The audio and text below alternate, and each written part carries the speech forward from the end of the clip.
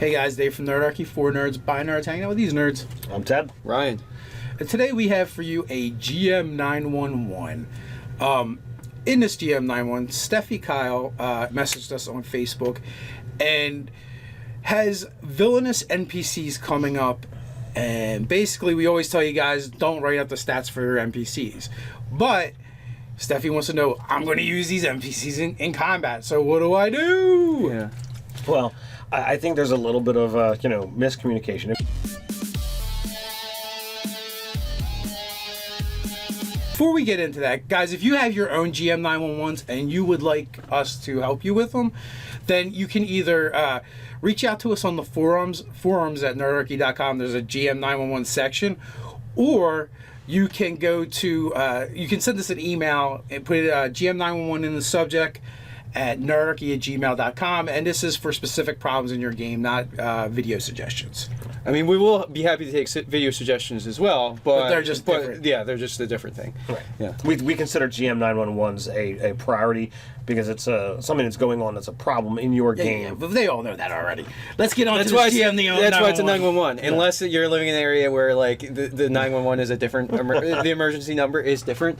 Yeah. All right. So if you're using a spellcaster in combat, then you want to be able to have that encounter prepared.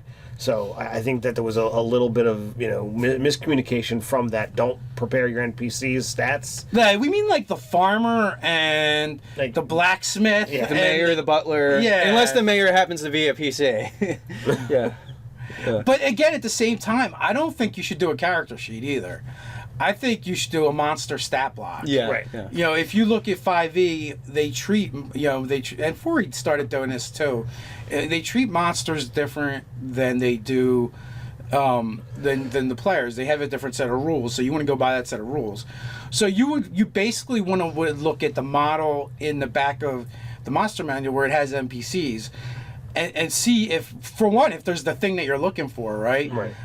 Like it's a spellcaster. Can we do a version of the Archmage? Can we pare it down?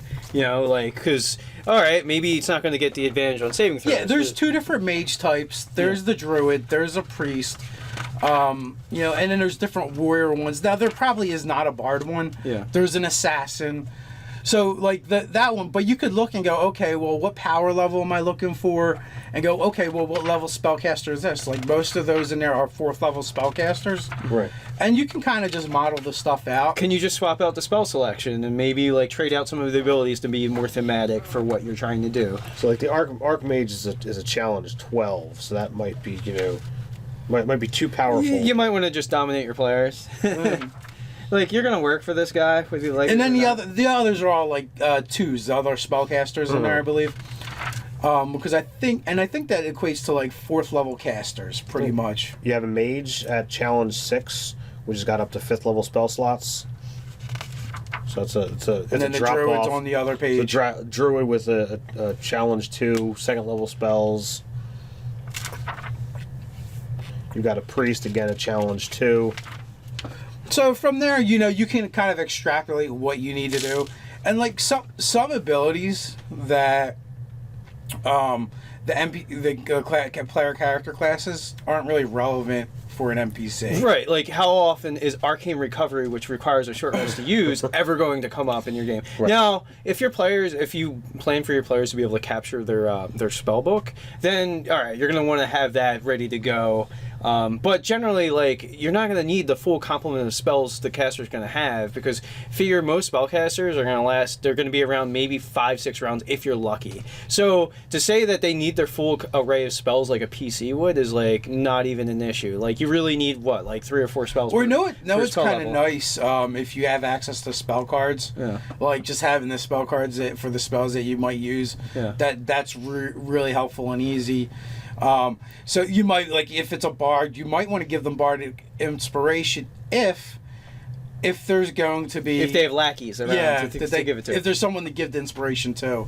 Or if they're the College of Valor and they're going to do it to themselves, obviously. Right. Yeah. So, like, it'd be cool to every once in a while use some of the abilities mirroring the capabilities of the players. But it also gives you the opportunity, if you're going to create your own thing, to give them something that's outside the spectrum of a PC skill set, because you want to do something that's interesting, different, fantastic. So Yeah, as long as it's thematic to whatever it is. thematic and not overpowering. You want to stay within the limits of what power level your monster is, but you can do something that is new and different. Well, yeah. Well, really, you can just look at the NPCs and see what kind of, because different ones do have different abilities. Right. So it will kind of give you a scale and scope to operate within. And then also in the back of the DMG, well, not in the back, but in the DMG, there's also information about using monsters as NPCs as well, and there's some advice there too. I don't know the page numbers off the top of my head, but hey, I'm sure you guys can use an index and figure that one out. But the information is there. So yeah, you absolutely do have to stat out your NPCs that are going to challenge your players.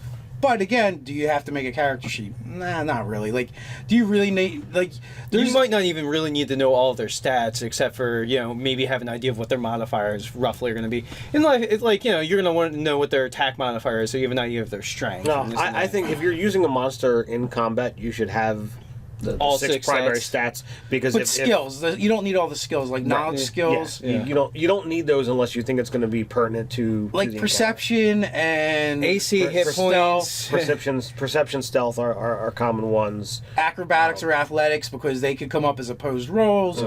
But a lot of that other stuff is going to be fluff, and you like if it comes down to it and it becomes necessary, you can actually just ad-lib that one easy enough. You just on the fly decide, yeah, they got that, or they don't have that. Yeah, like is this Archmage going to be able to do Jet Li sort of jumps and backflips? Probably not. Yeah. Or maybe he can. Maybe he randomly took the criminal background and he can. Sailor, that gives you acrobatics. It does. Yeah. Yeah. So pretty much, absolutely stat them as monsters, not as characters, though. And, like Ted said, if you want to do something a little bit different and interesting, as long as it's within the theme and the flavor you're going for, knock yourself out. So I think we've fully covered this one. How do you guys do it in your games? You can let us know in the comments below. While you're at it, like, share, and subscribe. You can check out Funny Memes over on Facebook. Or you can find us over on Instagram. So until next time, stay nerdy.